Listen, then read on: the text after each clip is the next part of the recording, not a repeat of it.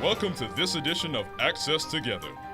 These shows are made possible through the combined efforts of Shelby County Schools and GHS-TV. The shows are hosted by the members of the community and utilize the staff and facilities of Germantown High School. If you would like to watch our live stream or get more information about these shows, log on to our website, ghstv.org. Thank you, and we hope you enjoy the following presentation.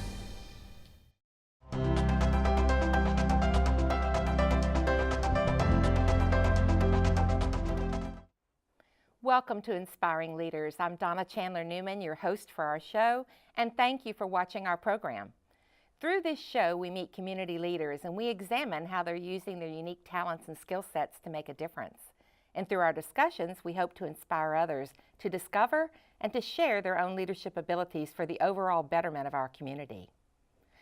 Diabetes is a health concern that we hear more and more about as the condition continues to multiply in our society. And most of us know that there are two categories of this disease, type 1 and type 2. But beyond that, diabetes is still somewhat of a mystery to many of us. Well, today on our show, we'll learn very specifically about type 1 diabetes, its causes and its complications, as well as some of the misconceptions and then the actual facts about the disease.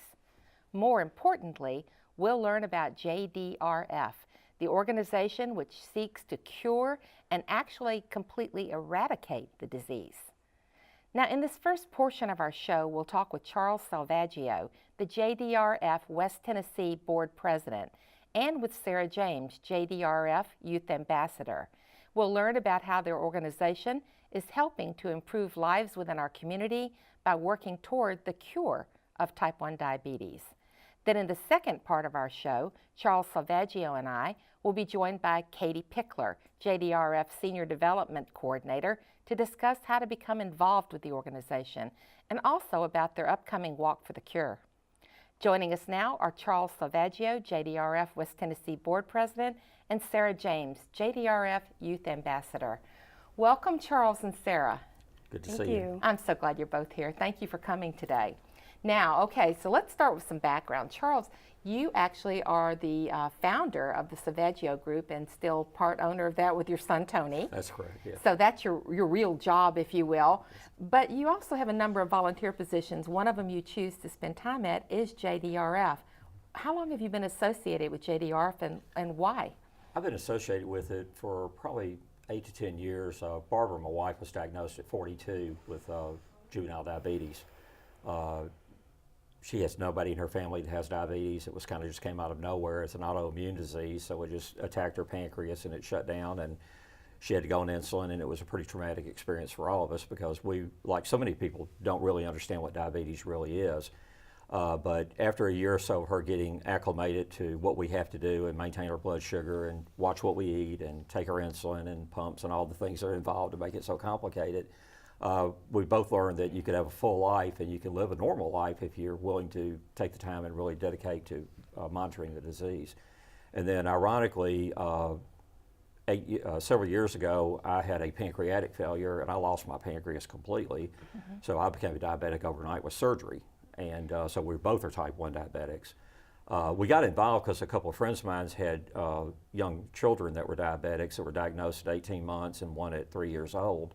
And we started going to some of the events, the gala and some of the events that they had, and I was very impressed with the operations and how they did this, how they raised money. So we got involved about 8 years ago. I've been on the board since about 4 years ago.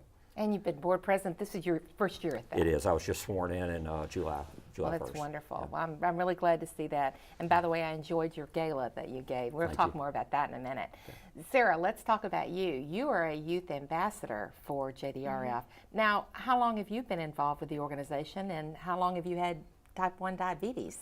I've had type 1 diabetes for about 5 years, and I got involved around the same time since they reached out to me as soon as I was diagnosed. I see. Well, you know, one of the interesting things about JDRF is it used to be called Juvenile Diabetes Research Foundation, and you went to the abbreviation because, as I can see here, in sharp contrast, you're not both juveniles, right? And you didn't have it, you know, when you were you know, when you were born, which is a common misconception, isn't it? That is correct, yeah. Yeah. Well, talk about the organization itself and how it's evolved and the kinds of things it's attacking now. The organization was founded in 1970 by a couple of mothers that had young children was diagnosed, and they decided they're going to roll their sleeves up and do something about it because nobody knew about diabetes that well, and they decided they wanted to start raising money for research, and they created their foundation. And since 1970, we've raised billions of dollars internationally to fund all the things that we have now to help diabetics get through this horrible disease. All the things that we have, the insulins that we have now, smart insulins, the pumps that we have, the constant glucose, continuous glucose monitors, were all funded by JDRF, by that money that was raised. So it was basically started as a small group of people that got together, and it's grown into an international organization, and it's phenomenal. You know, isn't that the way that most really great things happen anyway? It is. You know, you mentioned a minute ago, Sarah, that when you first got this disease, they reached out to you. Talk about how that happened and what you do now to reach out to others. Well, I was hospitalized when I was diagnosed, and still while I was in the hospital, I found out about JDRF and they reached out to me. And once I felt better and I recovered a little bit more, I started going to meetings and joined the youth ambassadors. And now I enjoy talking to newly diagnosed type 1 diabetics and just letting them know that they can have a full life and that it's going to be okay. That's very, very helpful, and to hear it from someone that's among them and their age and all has got to mean a lot more. You've got a lot of education to do with your with the disease itself. You have a lot of work to do with education. I know you're reaching out everywhere. Talk a little bit about your education programs that you have and the outreach. The outreach program we have is something that we're really dedicating a lot of time to because we see that as the long-term growth of the organization. And outreach puts time and effort into letting people know that when they're diagnosed that it's not the end of the world, that it's something they can work with through the youth ambassador programs, just like Sarah's involved in. When you're a young person, you're diagnosed, you feel like you're secluded or isolated, and you don't really know what to do because there's a lot to keep up with this disease. But that outreach program that we have with the youth ambassadors now gets all those young people together, and they can talk amongst themselves about what they're dealing with and try to solve some of the problems. Some of the kids are more attuned that have been diabetic for longer than the others, and it gives that feeling of security that there is someone else dealing with this besides me.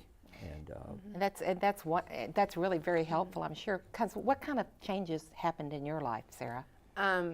Everything. Type 1 diabetes has changed my whole life, for the good and the bad.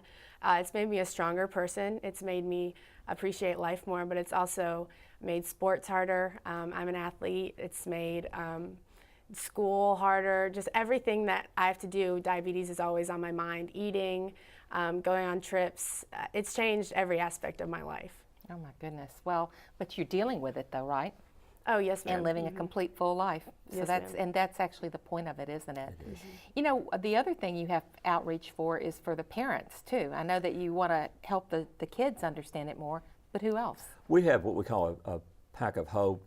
We work through a lot of the endocrinologist clinics here in town, and when someone is diagnosed, the doctor tells them about JDRF, and they give them a packet which has a teddy bear in it and has all this information of people that you can contact as a support group. And we found that to be very comforting to people that get this disease because it's something that happens usually pretty quick. You don't know what's going on, comes out of nowhere, and it hits you. And it's quite a lot to comprehend as a parent. Being an older person and my wife being older, it's really amazing that I can't comprehend what people have to deal with that have small kids with this disease or a teenager. It's got to be very tough. I can't imagine that. Well, I was hearing about this bear. Tell me about this bear. What's the bear's name? Rufus? Rufus? Yes, Rufus. And so what do you do with this bear? Well, when I first got Rufus, you have to prime your shots into something, and so I would prime it into Rufus, and it was just kind of like, I was 10 years old, so I was young, and it was just something fun I did before I have to give a shot. So basically it taught you how to give a shot before you have to give it to yourself. Yeah, because there's patches on the spots where you can give shots on the bear, and so I would put it in the patch where I was about to give it, and I would prime it, and it was just a fun thing I would do before I had to give a shot. That's pretty cool. Well, I know that JDRF has raised billions of dollars, as you said. Here in West Tennessee, you raise it in, I think you told me, 4 different buckets, right? We do. Major events. Okay, Yeah. so. We have our gala usually in May. It's a kind of a formal affair. It's usually at the Hilton. About 500 people attend. We raise about $300,000 at that event, at that one event. It's usually very successful, a lot of fun. This year we're doing it as a celebration. The past years we've kind of done it as wanting to raise money. Obviously our mission is to raise money, but what we're trying to do now is make people educated as to the money that they have given and participated in this, that money has gone to research and made a difference in the lives of Sarah James and a lot of us. And so that message has been changed a little bit. We have our walk, which is coming up October 1st. It is our largest fundraiser of the year, and we raise over $500,000 on that event. We have a Brew for the Cure in November, which is a real exciting event. It caters more to the 30-plus crowd, and that's at the Cadre Building downtown. We have a great time with that. And it's been very successful. We've had some smaller events, trivia. We're having a boxing match in Jackson, Tennessee this year. West Tennessee is truly West Tennessee now that we're expanding out, so we're excited about that. But our fundraisers, we raise a little over $1 million a year, and we're hoping to increase that. And right now, our walk that's coming up is ahead of schedule right now, and Well, that's ahead perfect. of predictions. I think you also mentioned some really generous corporate donors as well. We do. International Paper has been immensely generous to us. They, the walk alone, they contribute over $170,000 in that one event. The walk is really unique because it's a family event, and we're really not looking at raising thousands of dollars from an individual person. We have families that walk, and they raise $100, $200, $1,000, whatever they raise. But it's an event that we bring all the families together. They celebrate what's been happening in JDRF, and they have a good time. It's out at Shelby Farms Park, and Katie will tell us a little more of that later. She so I will, won't get too much attention on that, so. In our next segment.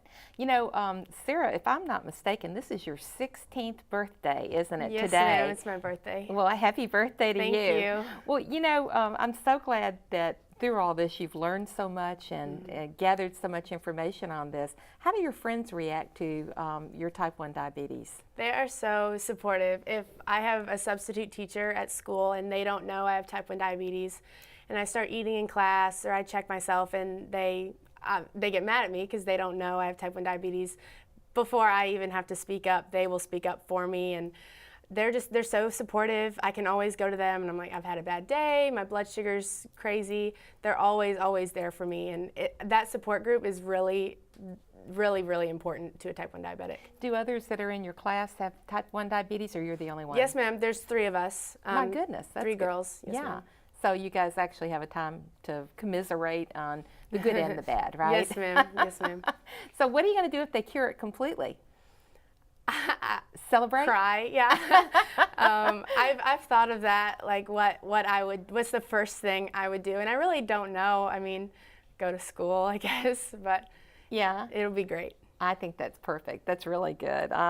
So Charles, in the next segment, we're going to talk a lot about how you raised your money and what you do with it, and some of the advancements that are coming through, and that's a big piece of it. But let me ask this question before we go to our break. Sarah, you going to walk on October 1? Yes, ma'am. Okay, I'm not going to see you at the Brew for a Cure, though. Oh, no. But your parents will be there, I'm sure. Yes, ma'am. That's perfect. That's really good. Well, I'm looking forward to our next segment where we talk some more about that. Sarah, you're a delightful young woman. Thank you. And I know that they are happy to have you represent them at various schools and everywhere that you give speeches, and you've done beautifully today. Thank you so much. Thanks for having me. Well, thank you so much. And Charles, you going to stay with us? I am. All right, you stay with us for a few minutes. Okay, we're going to pause now for a short break. When we return, Charles Lavaggio and I will be joined by Katie Pickler, JDRF Senior Development Coordinator. We'll talk about getting involved with JDRF and their upcoming events.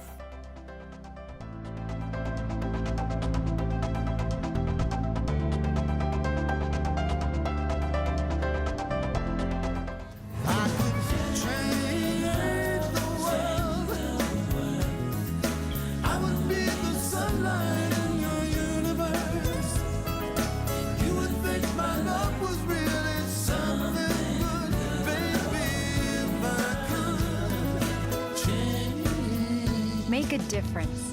Pass it on. A message from the Foundation for a Better Life. One of the Mid-South's greatest events is turning 45, and you're invited to the party. GHS-TV will bring you live coverage of the 45th Annual Germantown Festival from the Germantown Civic Club Complex. Our reporters are your eyes, ears, and mouths to the region's top artisans, entertainers, and the area's most delicious food. Tune in and be a part of the tradition. Live coverage of the 45th Annual Germantown Festival begins Sunday, September 11th at 2 p.m. only on GHSTV.org. This is one birthday bash you don't want to miss. You're watching the award-winning GHS-TV, a nationally recognized student television station. Welcome back. We're pleased to welcome back Charles Salvaggio, JDRF Board President, and to meet Katie Pickler, their Senior Development Coordinator, as we continue talking about JDRF. Well, thank you for staying, Charles, and welcome. Welcome, Katie. It's great to see you. Yeah, great to see you, as always. Well, thank you. Thank you so much for being here. Now, Katie, you're the Senior Development Coordinator for JDRF. How long have you been doing that, and what exactly is that job? I'll be celebrating 4 years in September, and it is a celebration because this is the most rewarding job I've ever had. As Senior Development Coordinator, I'm in charge of the fundraising events, and as Charles has mentioned, we raise a little bit over $1 million a year, and that is through various different events, and a lot of times with those events, it's $5 and $10 at a time, but that's what we're doing so we can cure type 1 diabetes and hopefully eradicate the disease. Well, the other thing that does $5 and $10 at a time is it increases awareness. Absolutely. Across the board for lots of people. And by the way, I was a guest at your gala. It was amazing. It was an amazing event. How much did you raise? We actually broke a record this year with our gala, and we were a little bit over $400,000 for the event. Wow. Yes, and it was an amazing event. Charles Salvaggio has come on board as our president, and he really has helped us steer awareness, getting more companies involved, and really one interesting thing is when we first started West Tennessee locally about 20 years ago, really getting all of those families rejuvenated, because unfortunately with this disease at times there's burnout, and so it's an excitement of getting people excited about where the research is going, where the money is going, and so we really had a home run this year with our gala. And getting them re-engaged. Yes, well, absolutely. Your gala was beautiful. It had a wonderful theme, and in fact our lovely Sarah that was on a minute ago, I should have mentioned, she was the Queen of Hearts. Yes. And absolutely pretty. It was beautiful. That's not your largest fundraiser though. Tell me about your largest fundraiser, because I think it's upcoming, isn't it? It's October 1st at Shelby Farms, and it's our Walk to Cure Diabetes, JDRF One Walk. And we have about 2,500 people come out, and it is families, corporations, individuals, all come together for one day of celebration. And people raise money by lemonade stands, selling t-shirts. Companies have even locked somebody in an elevator and told them they couldn't get off until they raised $100. But it's really about getting everyone together, explaining the awareness of type 1 diabetes, celebrating how much we've raised, but then also making sure that our companies and all our families know that there's support. And last year we hit a record, and we hit $500,000 with the walk, which was the most we've ever raised. I don't know of another walk that raises that much. And it's really a whole festival celebration, isn't it? There's more. Even if I didn't want to walk, I still would find a lot to do there, right? Absolutely. There's bouncy houses. There's face painting. We've got areas for dogs. Daryl Green is with Fox 13, and he actually is a type 1 diabetic and on our board, and he's agreed to actually play this year because we are doing a rock and roll theme. So it's really just going to be a fun day. Once again, October 1st at Shelby Farms, and we just have a great celebration to celebrate how much we have raised that we can put towards the cure. I bet you enjoy that walk, don't you? It's a lot of fun. And your whole family comes out, I'm sure. They do, yeah. Yeah, and you have such a big family that there's a lot of them. Try to get 7 grandkids, Barbara, my 2 sons and their daughters, their wives, and it's a great event. It's really the funnest event we have all year. I would think it is. I mean, you know, when it was being described, and we had some pictures sent over too, that really looks like a lot of fun. The neatest thing about it is if after you participate 1 or 2 years, you want to come back, but you see these kids grow up like Sarah. I mean, was on earlier. What a dynamic young lady. Yeah. And how she's developed, and we see a lot of these smaller kids coming up through the ranks. They're just doing wonderfully. So yeah, and they don't let this disease they don't. do anything to them at all. Now, tell me about your second event that you're going to have, the one that I will probably be at. Brew for a Cure? Yes, that's November 4th. We're doing Brew for a Cure, and this will be our third year. We just created this event actually to reach out to the age group that we weren't really hitting. Our walk hits families and hits younger children. Our gala is much for the established and those that want to get fancy and wear their black ties. And so we were hitting kind of my age market, you know, the late 20s, early 30s into mid 40s even. And it's at the Cadre building. So we work with our local breweries because Memphis has some fantastic breweries here. Do. So we work with our local breweries and local restaurants, and it really is just a fun event to come and sample different beers, sample the different local foods, and give back. And so we have, you know, a small messaging of what JDRF is so everyone knows what they're doing and how they're helping us. But it's just a fun event to reach out to that different age market that hopefully will then come to our gala in future years. That's good. And so it does, again, the education and the outreach of both. Now, you also have golf, do you not? How does that work exactly? When is that? Katie, go ahead. Golf's in April, and a great event. This will be actually our 16th year for golf, I believe. Wow. And we have been fortunate to work with Valenti Management for several years, and actually last year we partnered up with Conway Services, and the golf tournament broke a record last year. I think there was a trend last year. All our eggs were in the right basket. We broke a lot of records, and it raised you know, close to over $100,000, and great day at Ridgeway Country Club, have local companies come out, and once again, it's hitting another market for those that may not want to dress up or those that don't want to come to the walk, and you know, everybody has their niche of golf, and so very fortunate to have that event be so successful these past 16 years. You know, it's surprised me the whole, you're looking at a whole continuum of getting and keeping people involved, aren't you? And that's a really great way to look at it. One of the most interesting things that you guys told me was that 80% of the money that you raise goes to research. Is that right? That is correct. The National JDRF Foundation runs a very lean operation. Most charities around town, 63% or 65% goes to actual the cure or the funding of research, where JDRF is at 80%. So they run a really lean operation. We depend on a lot of volunteers. We have a minimal office staff. Katie does the work of about 6 people every year, and it's incredible. Well, and you know, that makes donors feel really great about where their dollars are going. So talk about some of the advancements that are coming into play right now. One of the most exciting things happening is the artificial pancreas is going to go on the market in April of next year. Medtronics has the pump, which I have here. I can show you. This is the pump that we wear. Type 1 diabetics are insulin dependent. If we don't have insulin, we would not survive. So this has our insulin in it. It injects as we need it. But what they've got now is they got a continuous glucose monitor that we wear that communicates with the pump. And every 10 seconds, every second, it registers blood 10 times a second. And it sends signals to your pump to let you know you're going high or you're going low, and it adjusts the rate of the insulin that's flowing into your body. Oh, that's amazing. So you're fully aware at all times, right? You're fully aware at all times. Now, you still have to counterbalance, and you have to check your blood, and there's periodic checks. It's not the answer to the cure, but the thing about diabetes, it's the number one cause of blindness, the number one cause of heart failure, amputations. It's a horrific disease if you don't manage it. You can live a normal life if you manage it, but it's very difficult to do that. With these new things that JDRF has funded, it's going to make our life a lot simpler. We can live a normal life, and that we can maintain our blood sugar on an even level, just like people that aren't diabetic, and then we don't have all this damage to our body constantly. And you were talking before, what's the deal with the smartphones? The smartphones now, the continuous glucose monitor actually can communicate with your smartphone. So if you've got a young child or anybody that you want to communicate with, if I want to know what my wife's blood sugar is, there's an app on your iPhones now that continuous glucose monitor will send a message to that iPhone and say, this person is 275 or 100 or whatever. So that gives the comfort of a parent that has a young child, knowing that their blood sugar is high or it's low at any given time. They can call them up and say, hey, you need to eat something, or you need to take some insulin or whatever. So, you know, you were talking a minute ago, or Sarah was talking a minute ago, about eating class and having to do some other adjustments to keep her insulin level stable. you now, with the new school systems, has that caused a complication for you all in terms of education?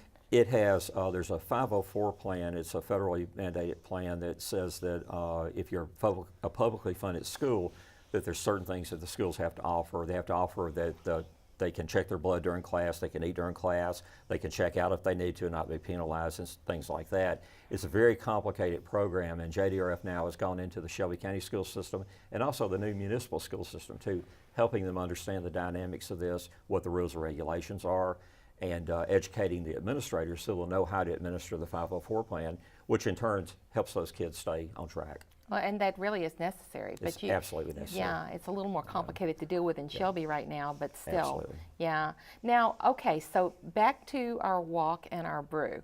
I mean, naturally, I think that many people watching are probably going to be very interested in the walk. So give me the details one more time. October 1st, Shelby Farms, we're actually on the backside Mullen Station event field. And if you want to register to walk with us, it's walk.jdrf.org. Wait, say it again. Walk.jdrf.org. Okay. And there's no minimum fundraising requirement. We ask for you to just register and encourage you to raise at least $100 in order to get our official t-shirt.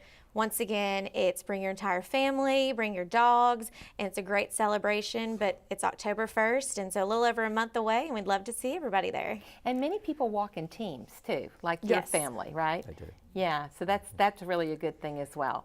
So, and if you are interested in the Brew for a Cure, Yes, Brew for a Cure. We've got a website up right now, but the best way to find us is our Facebook page, which is West Tennessee JDRF. And there's information on there about brew. Tickets just opened up, and so we'd love to have anybody come. We've got sponsorships available as well for that event. you know, as a donor, the thing I think I feel most comfortable about is what you're doing with the money. You know, that 80% of it indeed goes to the research that is going to cure and hopefully eradicate this entire disease.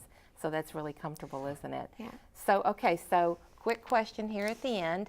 If you had a wish list for JDRF, what would you do? Find a cure.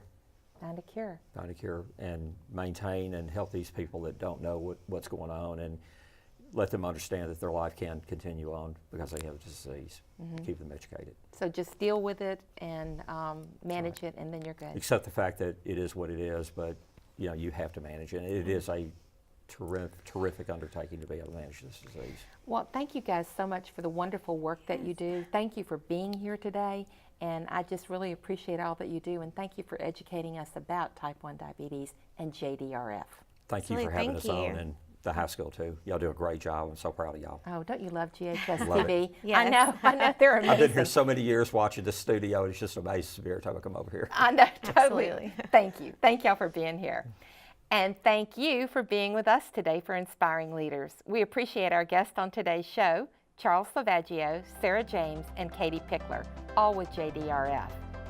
If what you've heard today on our program has inspired you to become more involved with JDRF, then please do visit their website, jdrf.org, and then click on the West Tennessee link.